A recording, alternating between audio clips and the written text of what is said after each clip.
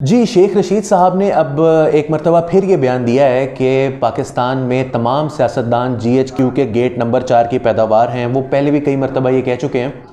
بات یہ ہے کہ پاکستان میں تقریباً 32 سال کے قریب 4 عدد مارشل لاء لے کے رہے ہیں، اور یہاں پر واقعتاً کئی لوگ جو ہیں وہ جو ہماری اس وقت کی کرنٹ پولیٹیکل لاٹ ہے، اس میں کوئی شک نہیں ہے کہ وہ سب کے سب اسی جگہ کی پیداوار ہے جن کی انہوں نے بات کی ہے، چاہے وہ ذوالفقار علی بھٹو ہوں، چاہے وہ میاں نواز شریف ہوں، چاہے وہ عمران خان صاحب ہوں، یا اس کے علاوہ جو سیاستدان ان لوگوں کے ساتھ ان کے دائیں بائیں ہر طرف موجود ہیں، فواد چودھری ہیں، چودھری نثار ہیں، شہباز شریف ہیں، یہ سب لوگ حقیقتاً جی ایچ کیو کے گیٹ نمبر 4 کی، جیسے شیخ صاحب نے کہا، پیداوار ہیں۔ اگر ہیں تو پھر ہمیں کوئی سامنے سے اگر تردید نہیں آئی ہے تو ہم اس بات کو تسلیم کر لیتے ہیں۔ تو یہ نرسریوں میں سیاستدان لگانے کا سلسلہ جو ہے وہ آج کا نہیں ہے، آپ لوگوں کے علم میں شاید نہ ہو، لیکن یہ بات حقیقت ہے اور پاکستان کی تاریخ کا حصہ ہے کہ پاکستان کے اندر ہمیشہ سے ایک لیفٹ کی موومنٹ رہی ہے، وہ چاہے وہ بنگال کے کانٹیکس میں ہو یا سندھ اور خیبر پختونخوا اور بلوچستان کے کانٹیکس میں ہو۔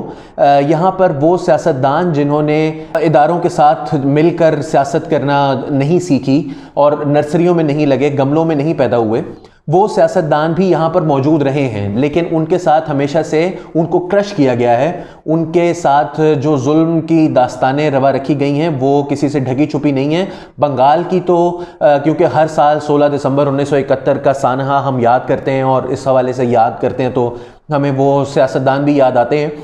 وہ حسین شہید سہروردی بھی یاد آتے ہیں، وہ مولوی فضل الحق بھی یاد آتے ہیں، شیخ مجیب الرحمان کے بارے میں بھی بات ہو جاتی ہے ہر برس۔ لیکن جن لوگوں کے بارے میں بات نہیں ہوتی، کیا آپ کے علم میں ہے کہ پاکستان میں کمیونسٹ پارٹی آف پاکستان کے اوپر پابندی لگائی گئی؟ کیا پاکستان کے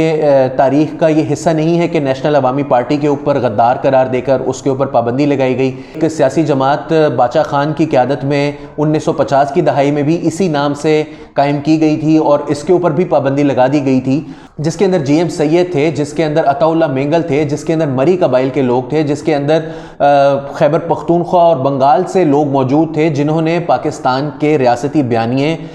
کو چیلنج کیا۔ ان نرسریوں کی، ان گملوں کی پیداوار نہیں تھے۔ اس چیز کو اگر ہم آج بھی دیکھیں، کیا یہ حقیقت نہیں ہے کہ آج بھی خیبر پختونخوا کے علاقوں سے، قبائلی علاقوں سے جو ایک سیاسی قیادت ابھر رہی ہے، اس کے اوپر ہم پابندیاں لگا رہے ہیں، اس کے اوپر ہم غداری کے فتوے لگا رہے ہیں؟ کیا یہ حقیقت نہیں ہے کہ پاکستان کی تاریخ میں جب بھی کوئی گراس روٹس کی موومنٹ اٹھی، یا تو اس کو کو آپٹ کرنے کی کوشش کی گئی، اور اگر وہ کو آپٹ نہیں ہوئی اور اس نے اپنی آزادانہ پالیسی برقرار رکھی تو اس کو پابندیوں کا شکار کیا گیا؟ کیا یہ حقیقت نہیں ہے کہ آج جو لیفٹ کی چند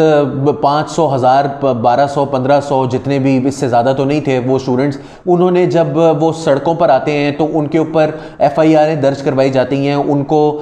روکنے کی کوشش کی جاتی ہے؟ تو پھر یہ تانا ہمیں دینے کی ضرورت نہیں ہے شیخ صاحب کہ یہ سارے سیاستدان وہاں کی پیداوار ہیں۔ ہم اس بارے میں جانتے ہیں، آپ بھی جانتے ہیں، اور آپ بھی اسی کا حصہ ہیں، تو اس پر فخر کرنے کی کوئی بات نہیں ہے۔ اس حقیقت کو پہچانیں اور اس سے پیچھا چھڑانے کی کوشش کریں، اور ان لوگوں کا ساتھ دیں جو عوام کی بات کر رہے ہیں، جو گراس روٹس کی لیول کی بات کر رہے ہیں، اور یہی پاکستان کی آزادی کا ایک واحد ذریعہ ہے۔ بہت شکریہ۔